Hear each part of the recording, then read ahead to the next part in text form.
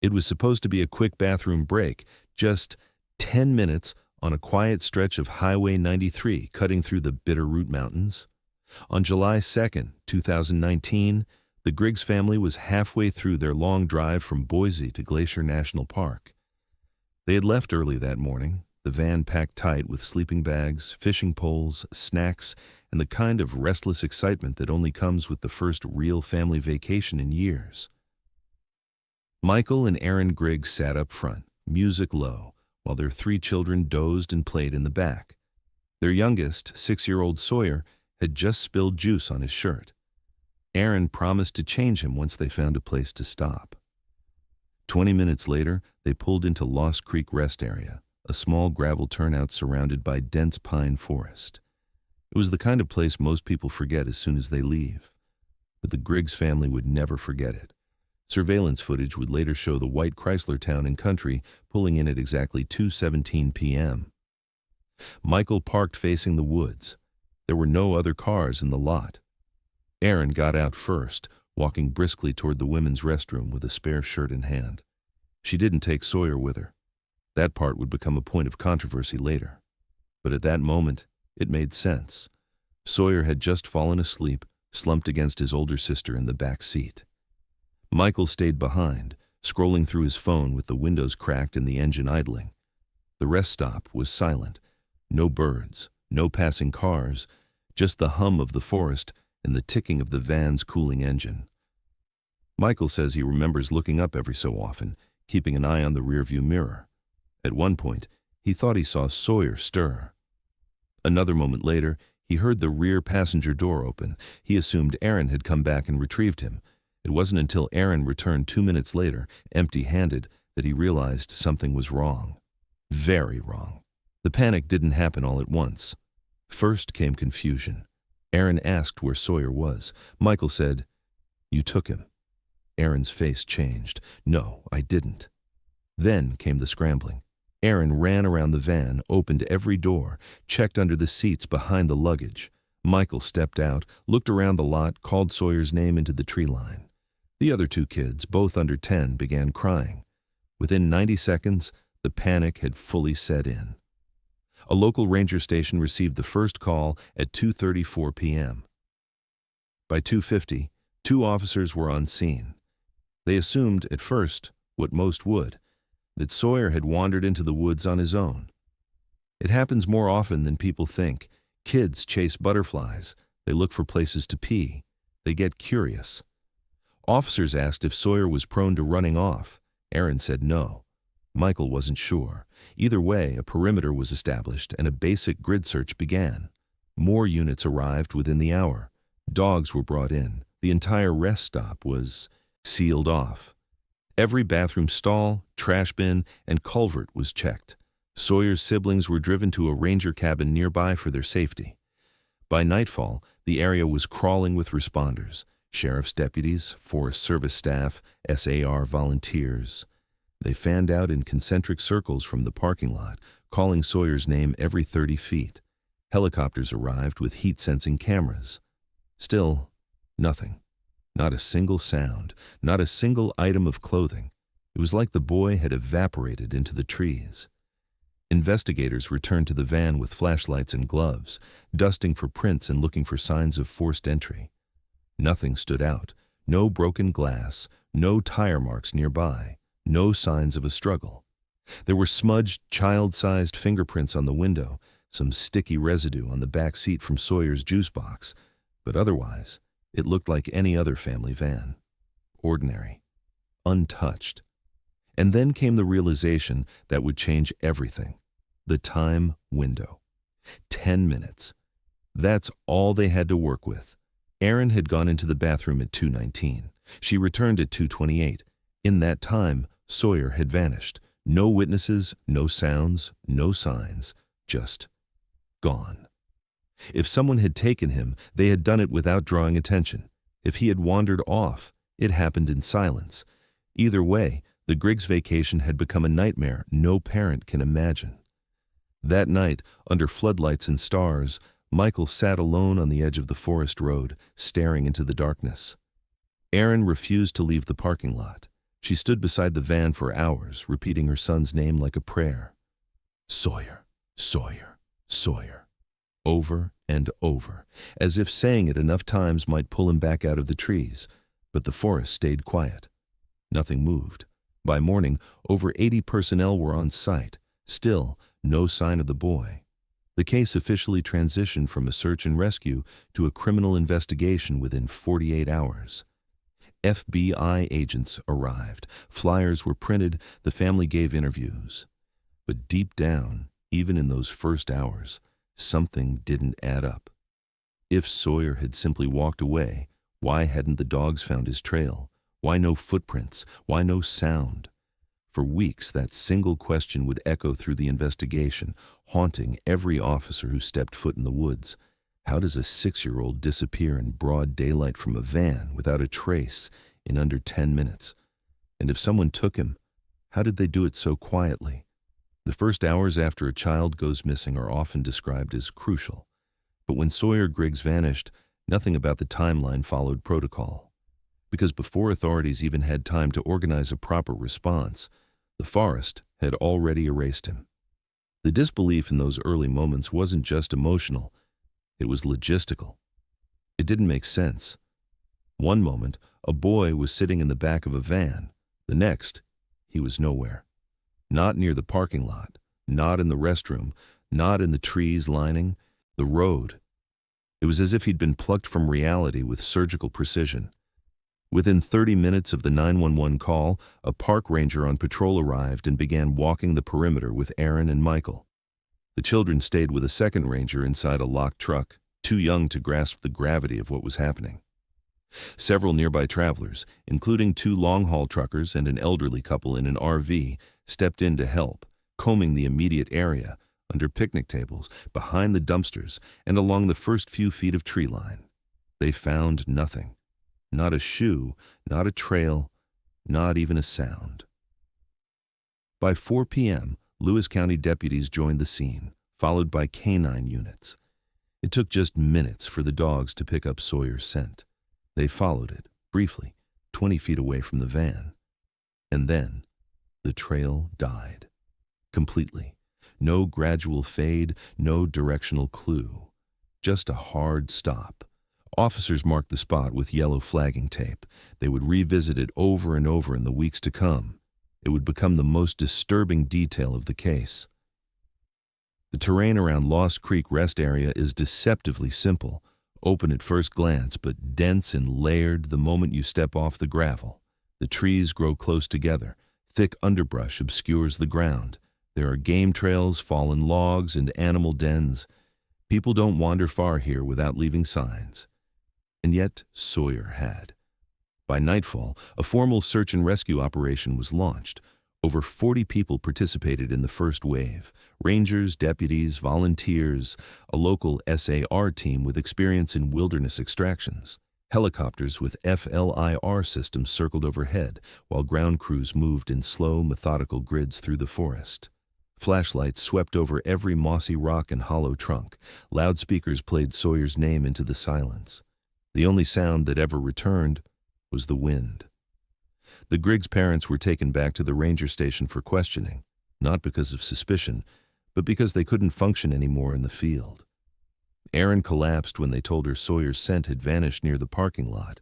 She kept asking the same question. How does that happen? Where does it go? Michael stopped speaking altogether for hours. He just sat at the edge of the cot, clutching Sawyer's favorite stuffed animal they'd brought along for the trip. A small gray bear named Mookie. By 11 p.m., the temperature had dropped into the low 50s. Night searches became more dangerous. The terrain turned slick. Crews rotated in shifts, refusing to stop despite the worsening conditions. Infrared picked up deer, rabbits, the occasional raccoon, but no signs of a child. Dogs kept returning to the same dead spot, 20 feet from the van, sniffing, confused, then sitting down as if waiting for direction that never came. The FBI was alerted at 2 a.m., standard for cases involving missing minors. The case was formally classified as suspicious. Circumstances by morning. Reporters started calling before sunrise. The Griggs family photo, taken just 3 days earlier at a friend's barbecue, circulated online. Sawyer was grinning, his 2 front teeth still growing in, blue popsicle stains on his chin. To most strangers, it looked like an ordinary kid. But to Search crews, it became a haunting image, a reminder of how quickly innocence could vanish. By daybreak, the search radius expanded to 2 miles. Drones were deployed. Dive teams checked a nearby stream despite its shallow depth. A thermal drone picked up a faint heat signature around 6:45 a.m., prompting a rush of adrenaline across the command post. Crews moved in quickly. What they found was a family of deer bedding down for the night. That disappointment would repeat itself again and again over the next few days. Theories began to multiply. If Sawyer had wandered off, why no tracks? Why no trail of clothing? If an animal had taken him, there would be signs, disturbance, drag marks, blood. But there was none of that.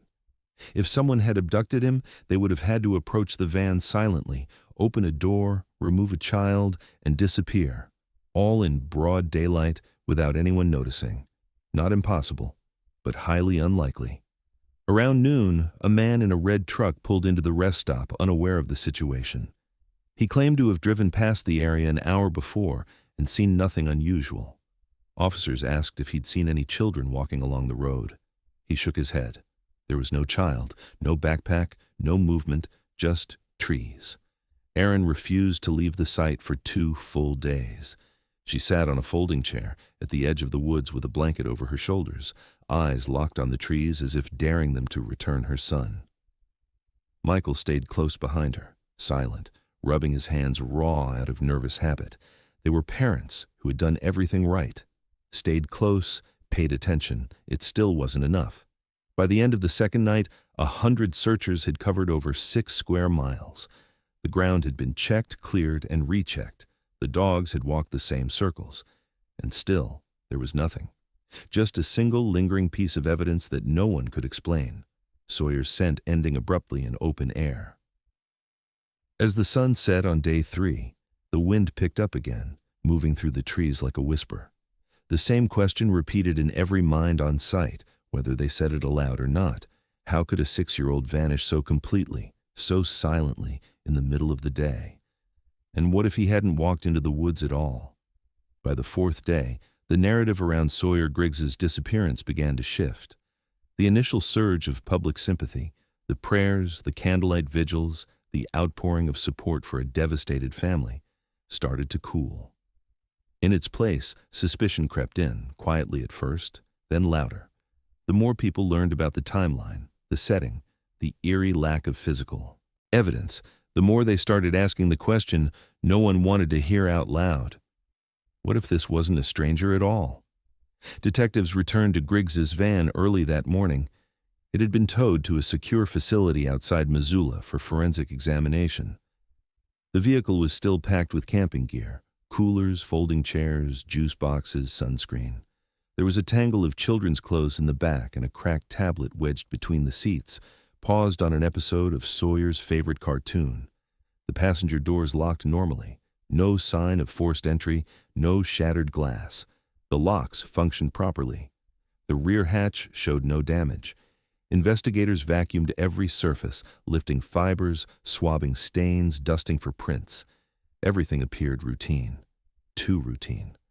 They interviewed Michael and Erin separately. Standard procedure. Neither had a criminal history. Both passed immediate background checks, but discrepancies began to emerge. Not glaring ones, just enough to draw attention. Erin believed Sawyer was asleep when she left for the bathroom. Michael insisted he saw Sawyer sitting upright shortly before the door opened. She said the van was locked. He thought it was unlocked.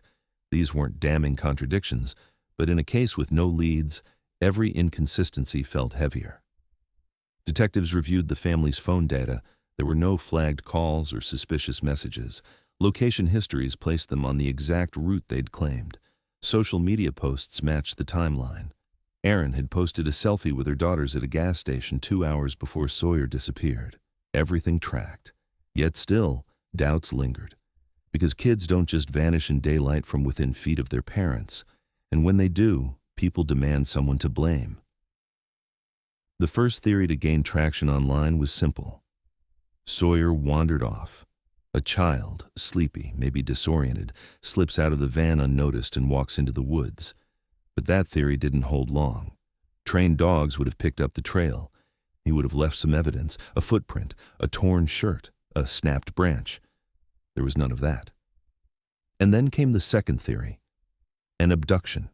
A stranger hiding in the woods, watching, waiting, strikes in the few minutes the parents are distracted.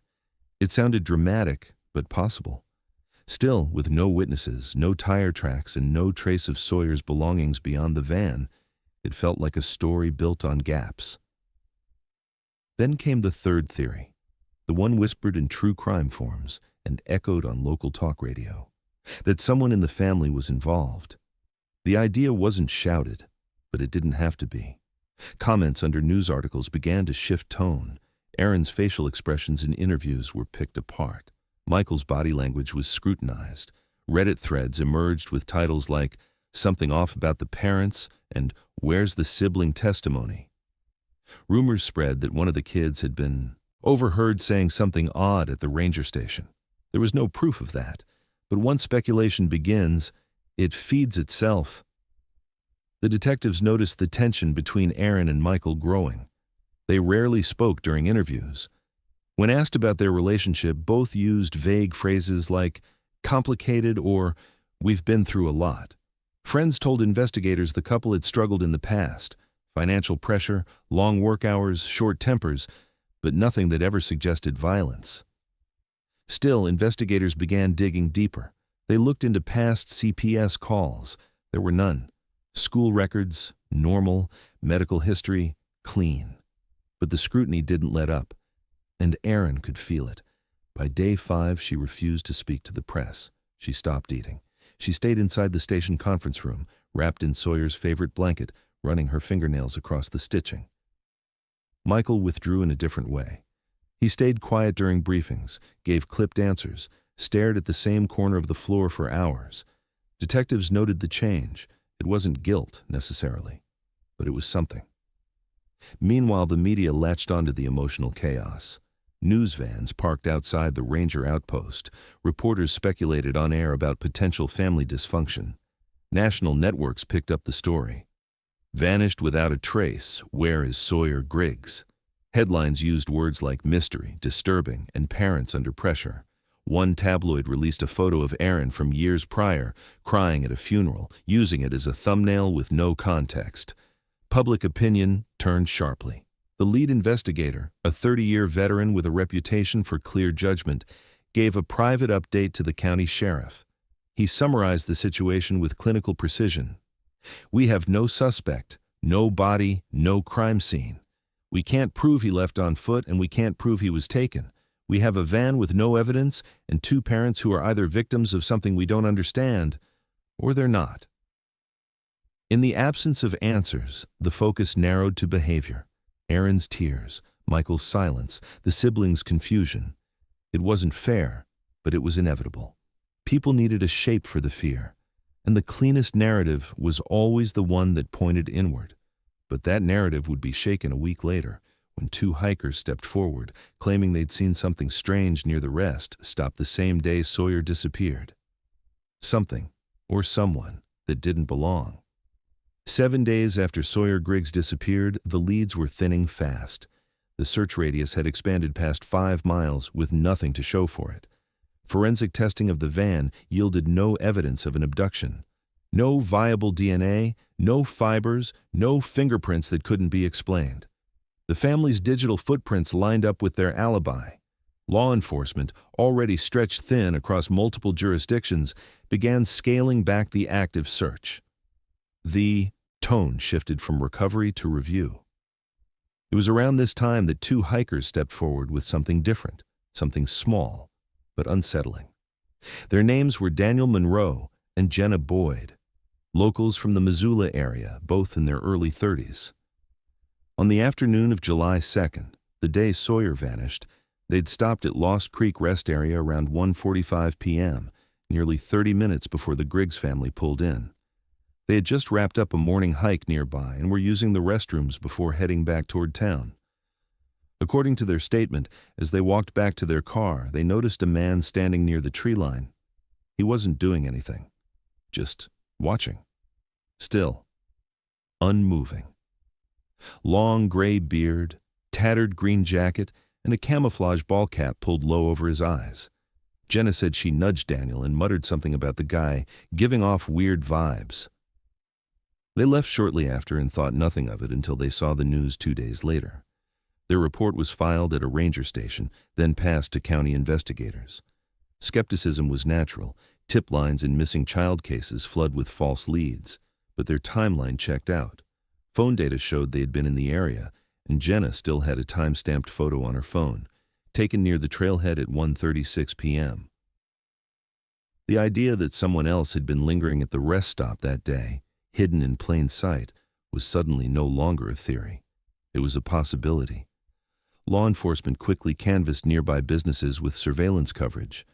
There wasn't much, just a gas station 4.6 miles north along the highway. Its cameras didn't point at the road, but one did capture traffic pulling into the lot.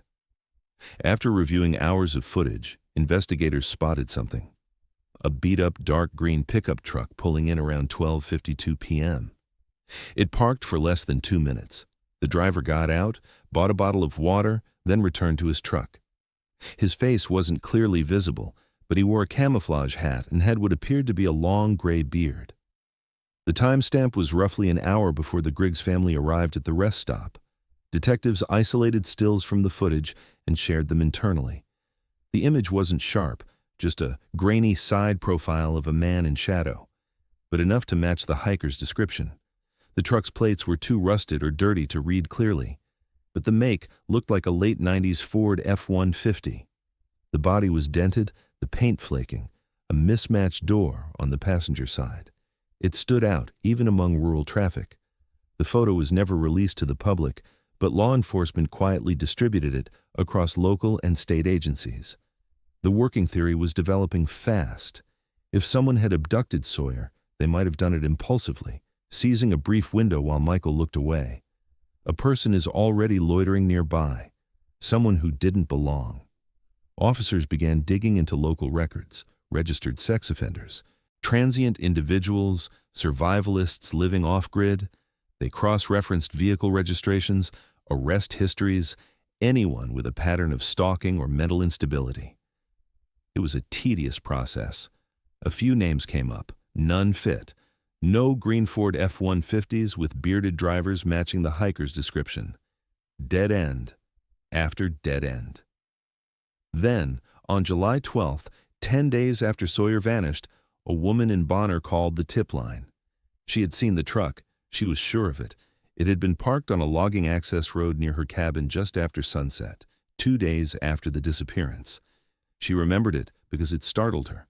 There was no reason for anyone to be out there that late. She said the driver never got out. I just sat there for 20 minutes. When her husband approached the vehicle with a flashlight, it sped off. She couldn't see the plates, but the description matched. Old green body, rust on the hood, mismatched door. Deputies were dispatched within hours. They searched the area, followed tire tracks into the woods, even brought in scent dogs again. But nothing. Whoever had been there was long gone, if they'd ever really been there at all. By now, the Griggs family had been moved to a hotel under temporary police protection. Michael was growing more withdrawn, barely speaking to investigators. Erin, on the other hand, clung to the new lead. She demanded updates every few hours. She wanted sketches, footage, maps. She had convinced herself that the man in the hat had taken her son. And maybe he was still alive, hidden, waiting. It gave her something to focus on, something to believe in, even if it felt increasingly fragile. Behind closed doors, detectives weren't so sure. They couldn't ignore the possibility of coincidence. A man in a camouflage hat wasn't uncommon in that region, and without clearer footage or physical evidence linking him to the crime scene, there was nothing to act on. The media, however, didn't wait for proof. Word leaked about the mystery man, and the public seized on it. Talk shows speculated about backwoods predators. Social media users created side-by-side composites of known drifters. Reddit sleuths built timelines and suspect lists. It was a frenzy of digital noise, but none of it brought Sawyer home. The truck was never found. The man in the hat never came forward. And just like the scent trail that ended near the van, this lead vanished too, leaving behind only more questions. But as detectives tried to move forward, another detail caught their attention. A detail buried in surveillance stills from earlier that week. There was another vehicle parked near the Griggs van, one that hadn't been logged, one that raised even more questions than the man in the hat ever did. By mid-October, the woods around Lost Creek had gone quiet again. The search teams were gone. The orange flagging tape tied to tree branches had faded and curled. Nature, in its slow and careless way, had begun erasing the last traces of what had happened there. And for law enforcement, the shift was unavoidable. What had begun as an urgent manhunt was now a cold case. The official ground search was suspended 92 days after Sawyer disappeared. Not stopped, just paused indefinitely. The weather had turned, and the first snowfall hit the ridgeline just after Halloween. Helicopters couldn't fly safely over the denser areas, and search dogs lost effectiveness in icy terrain. Public interest waned, as it always does, replaced by newer headlines, louder tragedies. But for the Griggs family, time didn't move the same way. Every day still began with the same thought. Where is he? They returned to Boise just before Thanksgiving. Not because they wanted to, but because they had no choice. The borrowed hotel rooms, the trauma counselors, the temporary protection detail. It all ended once the trail went cold. Michael returned to work part-time at the auto body shop. Erin didn't go back to her job at the elementary school. She barely left the house. Sawyer's room remained untouched. His clothes are still folded in drawers. His toothbrush is still in the holder. Erin spent hours at night reading online case files, old missing child reports, interviews with parents who never got closure. She printed maps of the rest stop area and pinned them across the kitchen wall, highlighting possible exit routes, game trails, drainage pipes. As days passed, her belief that Sawyer was still alive didn't fade. It hardened. Detectives back in Montana weren't giving up either, but the tone of the investigation changed. Without a body, without a suspect, and without a single confirmed sighting in nearly 4 months, their job shifted from active search to slow reconstruction. They reviewed every piece of data collected during the initial days. GPS logs from nearby truckers were analyzed, searching for unusual stops or idling patterns near Lost Creek on July 2nd. Dozens of drivers were re-interviewed. Some remembered the rest area. None remembered seeing a child. Cell tower data was reviewed again, this time using updated triangulation methods. The FBI's digital forensics team filtered signals from every mobile device pinged near the rest stop that day. Hundreds of signals, families, tourists, workers passing through. Only one device remained unaccounted for. A burner phone with no subscriber information. It pinged just once, near the southern edge of the forest, around 2:21 p.m., 4 minutes after Sawyer was last confirmed in the van. Then it went dark. That signal became the center of a new theory. Maybe the abduction wasn't random. Maybe someone had planned this. But the lead never moved forward. The phone was never turned back on. No associated purchases, no recovered hardware. Just one signal, blinking like a ghost in the data, then gone. Investigators also reached out to wilderness survival experts. Could a 6-year-old really last days alone in that terrain? Unlikely. The Yom region was home to black bears, mountain lions, and deep ravines. Even experienced hikers struggled to last overnight in those woods without gear. But no blood had ever been found, no shredded clothing, no drag marks, no remains. It was the lack of evidence that made everything harder to believe. Theories continued to evolve. One profiler floated the idea of a hidden structure, an off-grid cabin or bunker where a child could be taken and concealed without detection. Several properties within a 20-mile radius were searched, including abandoned hunting shacks and old mining claims. Nothing turned up. Another theory suggested an organized effort, a child trafficking scenario, rare in rural cases, but not impossible. But there was no chatter on dark web forums, no ransom demands, nothing surfaced on missing child exploitation lists. The digital world, like the physical one, gave nothing back. Sawyer's case was officially reclassified as non-familial suspicious disappearance, which meant investigators believed it was unlikely the parents were involved. That designation, while never made public in detail, shifted the focus back to external suspects. But there were none. The man in the camouflage hat had vanished just as thoroughly as Sawyer had. The rusted pickup had never been found, and the second vehicle near the van, seen on distant traffic cam stills, was never identified. Its make was indeterminate. The license plate was unreadable. The driver never came forward. Christmas came and went. Aaron didn't decorate. Michael tried to pretend for the girls. But there was no celebration, just an empty seat at the table and the silent weight of what was missing. Aaron had started sleeping in Sawyer's room. She kept a journal of her dreams. In one, he was standing at the edge of the woods calling her name. In another, he was riding in a truck bed waving goodbye. She didn't know what any of it meant, but she wrote them down anyway, just in case. The FBI case files by January were hundreds of pages long. Phone records, interview transcripts, satellite images. And still, nobody. No resolution. Just a set of fading facts and a grieving mother who refused to let go. And then, on a quiet Wednesday night in February, Aaron got a call. Not from police, not from a reporter, but from someone who claimed they had once known the man in the camouflage hat. They said his name was Carl, and they hadn't seen him in over a year. In April 2020, nearly 10 months after Sawyer Griggs vanished, the case was effectively dormant. The task force had been downsized. Public interest, once a storm of speculation and coverage, had faded to silence.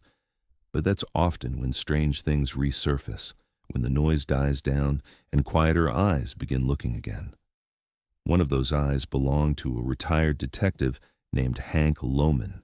He'd spent 32 years working major crimes in Montana before retiring in 2016. He wasn't part of the original search team. He had never met the Griggs family. But when he came across the case in a local paper, something about it stuck.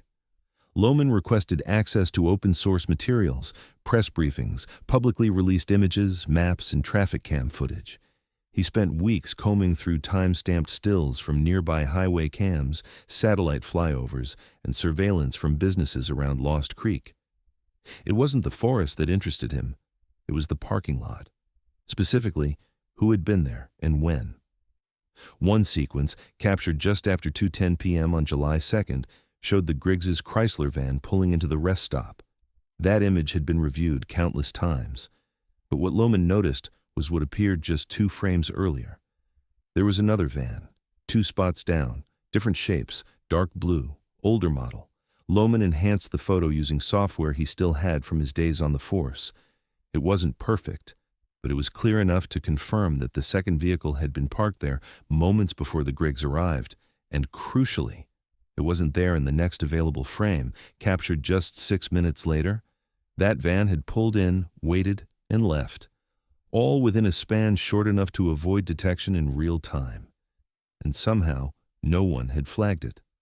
Lohman brought the finding to a contact still working in the Lewis County Sheriff's Office. After some back and forth, the original footage was re-examined.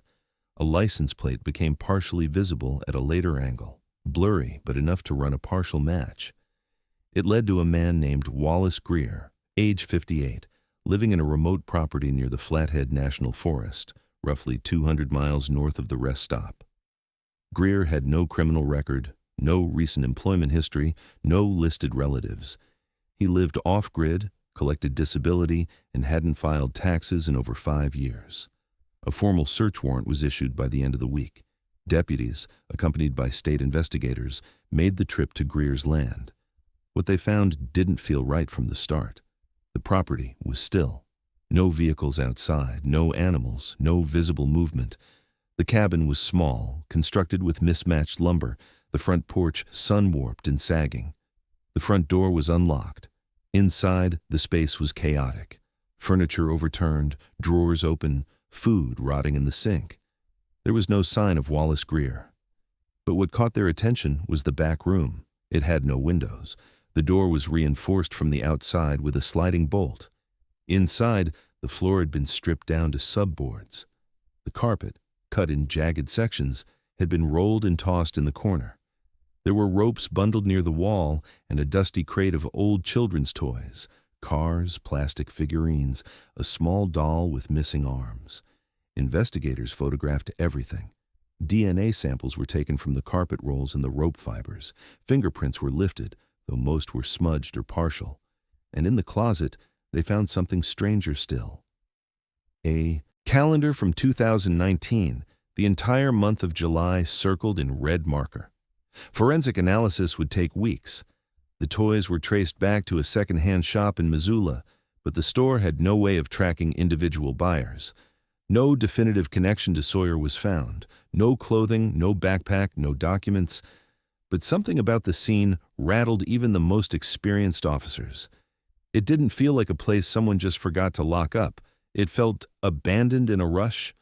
A nationwide alert was put out for Wallace Greer. But no recent sightings existed. The last official record of him was a grocery store receipt from June 28th, 4 days before Sawyer disappeared. Security footage from that store showed Greer purchasing canned goods, bleach, and rope. Investigators interviewed the cashier, who remembered him being quiet, eyes down, hands shaking. He paid in cash. Back in Boise, Erin was contacted by the case lead personally. She asked only one question. Did they find anything of Sawyer's? The answer was no, not yet. But they were looking. She didn't speak again for the rest of the call. The story of the cabin made its way to the press within days. It became a firestorm of speculation. Online forums reignited. People connected Greer's possible involvement to the man in the camouflage hat. Was it the same person? Had the man in the gas station surveillance been Greer? The truck didn't match. The description was close, but inconclusive. There was no photo of Greer recent enough to be useful, just an old driver's license image from 2009, unrecognizable after a decade off-grid. The FBI joined the search for Greer. Old hunting licenses were pulled, former neighbors interviewed. A pattern began to emerge. Greer had a history of moving between cabins in remote areas, avoiding permanent residency, paying in cash. He owned land across 3 counties, and now he was missing. But as quickly as the lead had appeared, it stopped moving. DNA from the cabin came back with no match to Sawyer. The fingerprints were too degraded for comparison. Investigators had reached another wall, and for Erin, that wall was unbearable. She started driving alone, north, toward the forest, toward the cabin. She needed to see it for herself, because to her it didn't feel like a coincidence. There was something in that house, something they weren't seeing. She just didn't know yet that 4 years later, long after Wallace Greer had disappeared from every map, someone would step into another cabin, hundreds of miles away, and find a child's shoe hidden in an attic beam, a shoe with a faded cartoon character, the same one Sawyer had been wearing the day he vanished. By early 2021, the Griggs family no longer resembled the one smiling in the vacation photo that once appeared on every missing person's flyer. The image had become a symbol of hope, then a trigger, and finally, something neither of them could bear to look at. The home in Boise had grown silent, hollow in places, toys untouched, bedroom doors that hadn't opened in months. Michael moved out in February. There was no big fight, no final argument, just a quiet acknowledgement that whatever they were holding on to was slipping through their fingers. They didn't talk about Sawyer anymore, not together, not even when they passed each other during custody exchanges for the girls. It was as if saying his name might rupture something that could never be repaired. Erin, though, had found a different way to cope, or break, depending on who was watching. She had stopped working entirely and rarely left the house. Her time was spent alone, absorbed in what she called the search, though it no longer resembled anything official. The walls of her home office had become a patchwork of printed Reddit threads, topographic maps, unconfirmed sightings, and scanned journal entries from cases similar to Sawyer's. She had theories, dozens of them. Some are more plausible than others, but none were wild, and none had been ruled out. She tracked seasonal migration routes of elk, old mining tunnels, forgotten ranger stations. There were notes scribbled about the electrical grid near Flathead, even references to abandoned railroad beds. She didn't believe Sawyer had wandered off anymore. She believed he had been taken, and that he was still alive. She had started reaching out to people online, survivalists, cold case researchers, even conspiracy forums. She posted under a pseudonym, careful not to reveal her real name, though some people figured it out. A few offered support, others sent cruel messages, some accused her outright. She didn't respond to those, but she read everyone. In March, a man named Joseph Langley reached out. He was a former FBI profiler who had worked abduction and serial offender cases for 2 decades. He had followed the Griggs case from the start, but never publicly commented. He now ran a consulting service for families of long-term missing persons. Erin invited him to Boise the following week. She didn't expect answers. She just wanted someone who wouldn't look at her like she was broken.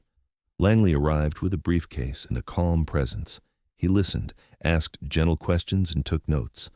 Over 3 days, he reviewed everything she had, the maps, the timelines, the recordings. Erin walked him through her version of events down to the minute, and while he never directly challenged her, he did something few others had done. He questioned the gaps. There was a moment, he said, a window of 2 to 3 minutes between when Erin entered the restroom and when Michael noticed the van door was open. Just a few minutes, but unaccounted for. He noted that both parents had slightly different versions of the exact moment they last saw Sawyer. Not major differences, but subtle ones. Enough to raise flags in behavioral analysis. Langley asked if Erin remembered locking the van doors. She said yes. Michael had said no. Neither could be certain. Langley didn't accuse. He simply observed. And later, in his private notes, he wrote one sentence that would eventually find its way back into the case file. The timeline is clean, but too clean. Real trauma is messy. For the first time in over a year, investigators quietly reopened a theory they had shelved months earlier, that the abduction may have been staged, not out of malice, but possibly out of panic. A child wandering off, a mistake, a cover-up born of fear, the kind of thing that spirals fast and becomes impossible to undo.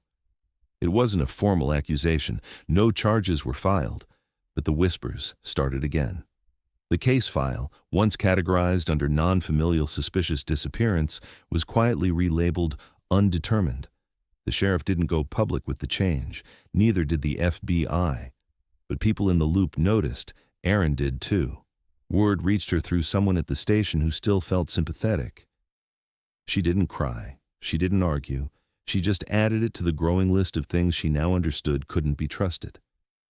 She believed Langley had come under the pretense of help, only to find what everyone else wanted to find. Someone to blame. But Erin hadn't given up. If anything, she grew more focused. She stopped speaking to the media entirely. She declined interviews. When people asked about Sawyer, she only said, "He's out there," and she meant it. In the fall of that year, she drove to Montana again, alone. She visited the old cabin that had belonged to Wallace Greer. She walked the woods behind it, clutching Sawyer's old water bottle in case a scent dog could be convinced to try again. She stayed in a motel 15 miles from the rest stop for nearly 2 weeks. Every morning, she hiked to the tree line and stood there, waiting, listening, hoping the forest would give her something back. It never did. But Erin wasn't finished. She had started compiling reports of cabins, old ones, abandoned deep in federal land, properties with unclear ownership, places not on maps. And somewhere, 4 hours east of where Greer once lived, she had circled one in red marker, because someone had just broken into it and left behind something no one could explain. In early October of 2023, the first cold rains of the season swept across the northern Montana borderlands. It was the kind of storm that turned trails into muck and blurred the sky with a low, dragging mist. A local hunter named Travis Blackwood was 3 days into a solo backcountry elk hunt, following a fresh set of tracks deep into a restricted parcel of timberland. He knew the land was technically private, part of an old, neglected mining claim that hadn't seen activity in over a decade, but the fence line had long since collapsed, and the cabin at the edge of the ridge had looked abandoned for years. He figured no one would mind. As the rain picked up, Travis took shelter. The cabin sat sunken into the tree line, crooked, half swallowed by brush. One of its back windows was already shattered. Inside, it smelled of old rot and wet insulation. He wasn't looking to stay long, just enough to dry his coat and wait out the worst of the weather. But something about the space felt off. It wasn't the filth. It was the way everything inside looked like it had been left, not stored. A half-packed bag, an empty thermos. A broken clock is still mounted to the wall. Travis had grown up in the area. He'd hunted this range for over 20 years. He knew the history. Stories about loners, drifters, survivalists who moved through the mountains and vanished just as quickly. He wasn't the superstitious type, but he'd also never felt the need to explore places like this. Not until that day. When the rain slowed, he climbed into the attic, looking for dry wood or maybe something to block the draft. That's when he saw it. Tucked behind a splintered ceiling beam, half buried in dust and cobwebs, was a child's sneaker. Small, faded, dried mud caked across the sole, the kind of shoe made for a 6-year-old boy, and on the toe, barely visible beneath the grime, was the peeling image of a cartoon dinosaur. The same one that had appeared in the Griggs family's missing person reports, the same shoe Sawyer had been wearing the day he vanished. Travis didn't move it. He didn't touch anything else in the attic. He backed out slowly, phone already in hand. By 7:40 p.m., a call was placed to the regional sheriff's department. The coordinates were given, and by dawn, the site was sealed off. Within 24 hours, the FBI's evidence response team arrived. The cabin sat near the convergence of 3 unincorporated county lines, just off a logging road that had been gated decades earlier. It wasn't visible from the air. The approach required off-road vehicles, chainsaws to clear overgrowth, and specialized personnel trained in remote evidence collection. The attic was photographed, scanned, and the shoe was carefully removed and bagged for DNA analysis. The rest of the structure was then examined floor to ceiling. What they found wasn't a crime scene in the traditional sense. There was no blood, no remains, no locked doors or reinforced rooms.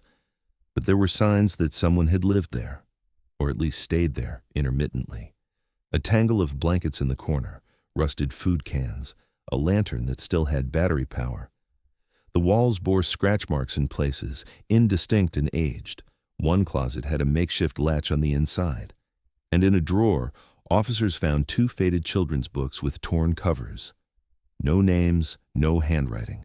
Forensic investigators swabbed surfaces, lifted fingerprints, collected soil samples, and scanned the structure for biological traces. But the shoe was the only item with immediate significance. It matched the make, model, and size of the pair Sawyer Griggs had been wearing. It even had the same unusual scuff on the heel that Aaron had described. In her original interview, something Sawyer had done weeks earlier when dragging his foot against a driveway curb. It was almost too specific to be a coincidence. Aaron was notified the following afternoon. She didn't speak. She simply stared at the photograph of the shoe in silence. Then, she nodded. To her, it wasn't confirmation. It was validation. Proof that he'd been out there. That she hadn't imagined the signs. That Sawyer hadn't died that day at the rest stop. He had been taken. And for at least some amount of time, he had been alive. But the discovery raised more questions than it answered. The cabin was not connected to Wallace Greer's known properties, but it sat just over 80 miles east of where he had last been sighted. Records traced the land to a man who had died in 2014, with no listed heir. No one had legally accessed or surveyed it in nearly a decade. Satellite footage showed no clear activity, no fires, no vehicles, no known paths in or out. Whoever had stayed there had done so without leaving a trace. For investigators, the case was thrust back into the national spotlight. News outlets ran with the headline, "Missing Boy's Shoe Found in Remote Montana Cabin." Reddit exploded. Theories resurfaced. Some pointed back to Greer.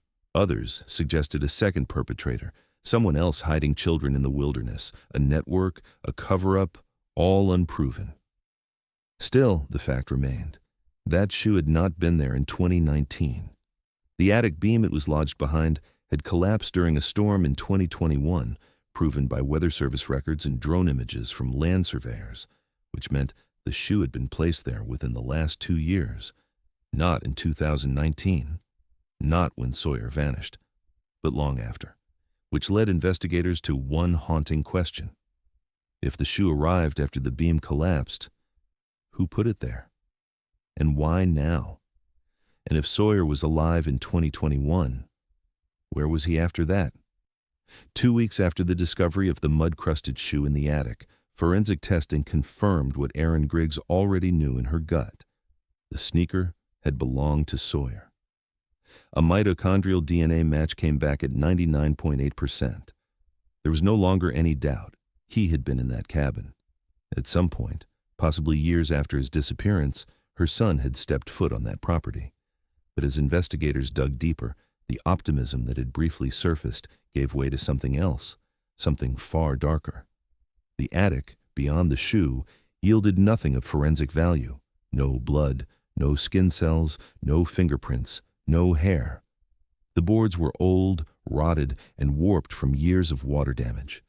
If there had ever been any trace of Sawyer up there, it was gone now. But during a second, more intensive structural sweep, an officer noted an odd resonance in the floor of the kitchen, an area that sounded hollow when tapped.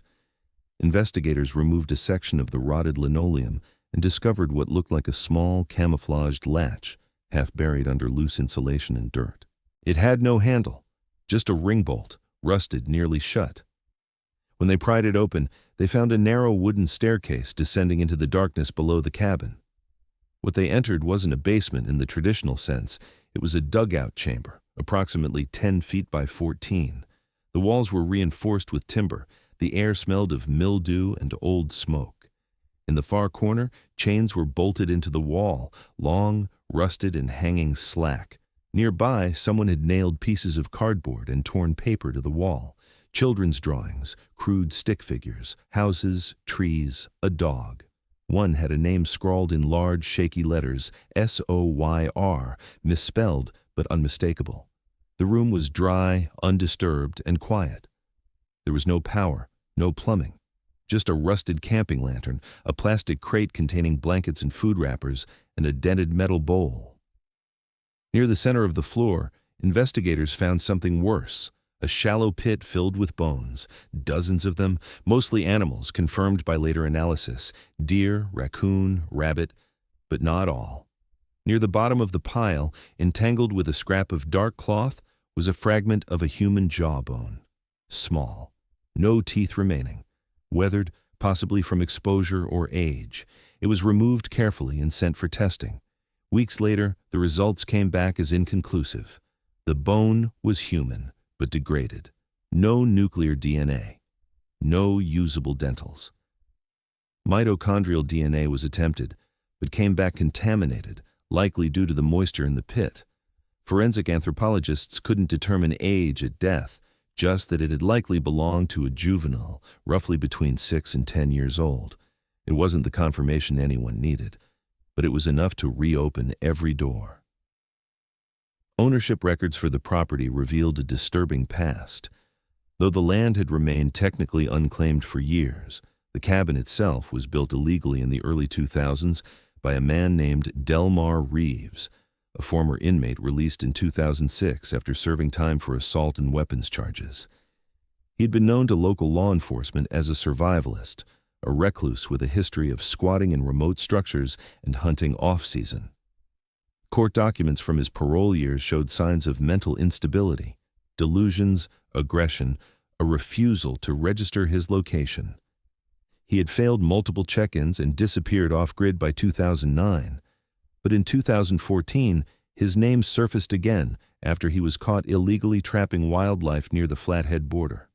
He was arrested, released, and vanished once more. Investigators believe Reeves returned to the cabin sometime after 2015. He was found dead in another remote shelter in 2022, over 100 miles away, from what was believed to be exposure and starvation. No possessions, no known associates, just a name scribbled on an old ID card in his pocket. At the time of his death, no one connected him to the Sawyer Griggs case. Now, he was the only real suspect in the boy's disappearance, and he was gone. Erin was told in person. They showed her the drawings. The name was scratched in marker. The pit. They were careful, measured in their language. They said, probable, possible, believed to be. But not once did they say, confirmed. And that single word, confirmed, was all she'd been holding out for. Without it, she couldn't grieve. She couldn't move on. What she could do was remember every nightmare, every gut feeling, every time she screamed into the silence of a room no one entered anymore. Michael came to see her that evening. They hadn't spoken in months. He brought one of Sawyer's old drawings, the sun, a crooked house, and 3 stick figures, a dad, a mom, and a boy in blue.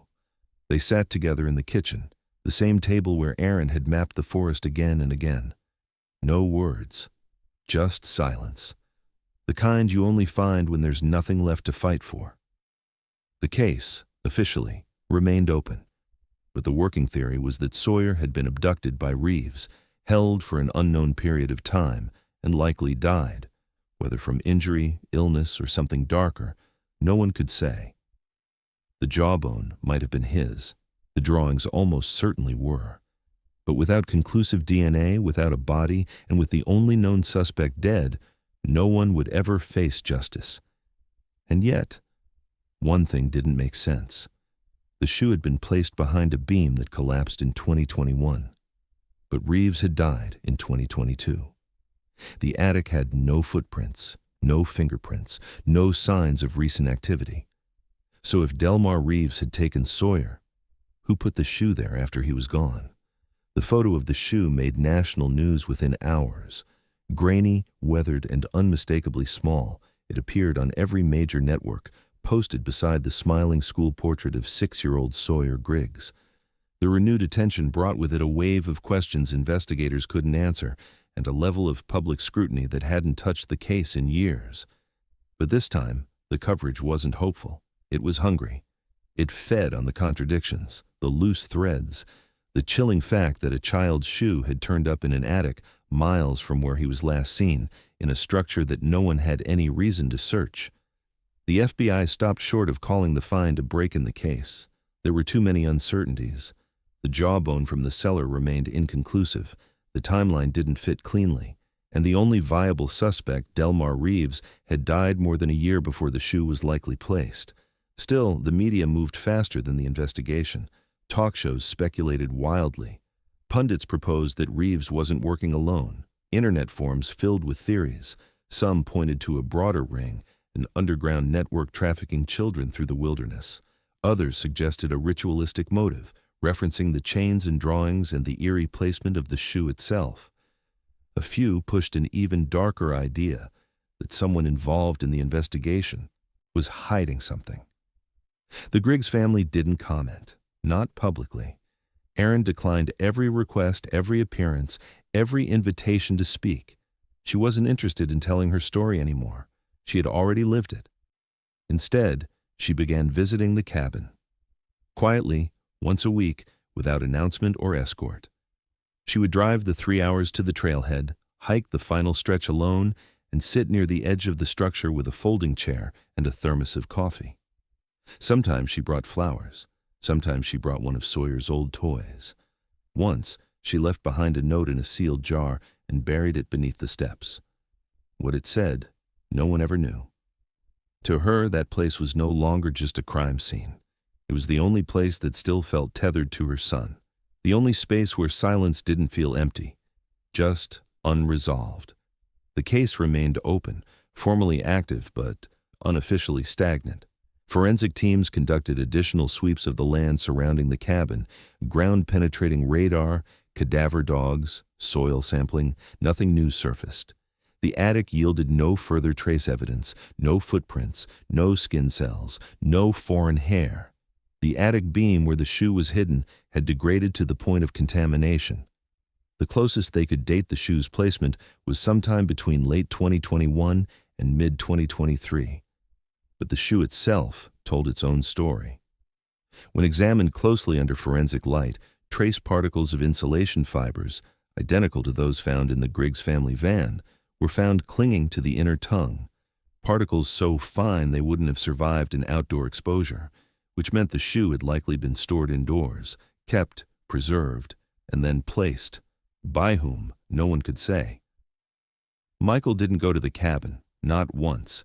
He had remarried by then, trying to rebuild some version of normalcy, though nothing ever quite felt whole.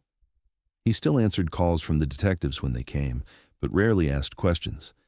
His grief had calcified into something quieter, more hollow. He said his goodbyes long ago, even if his heart never fully believed it, but Erin still did. And in the absence of hard evidence, her belief was louder than ever. She became convinced that Sawyer had survived, that he had been kept alive for at least part of the years he was missing, that the shoe had been a signal, not a memorial, a sign that someone wanted them to know he had been there. Maybe it still was. No one had an answer for how to live with that kind of hope, especially when it coexisted with everything else. Bones in a pit, chains on a wall, a drawing that misspelled his name in a way only a child might. The theory of multiple perpetrators never went away. In fact, as the case aged, it became more accepted. Investigators admitted the possibility. Someone had taken Sawyer, maybe Reeves, but someone else had maintained the secret, hidden the shoe, buried the past, or tried to reveal it. No one knew which. Leads slowed, again by the winter of 2024. The media moved on. Other stories filled the feed. New cases, new tragedies. But for Erin, the timeline didn't move forward. It only spiraled. Every visit to the cabin was a repetition of the one before. Same path, same silence, same aching question that had haunted her since the very first day. Why that shoe? Why there? And if someone wanted it to be found, what did they want her to know? By spring, the grass had begun to grow back around the cabin's edge. Wildflowers returned. The front door, once sealed by police tape, now hung open in the wind. Birds nested under the eaves. Life went on. But inside, the attic beam still bore the stain of old water.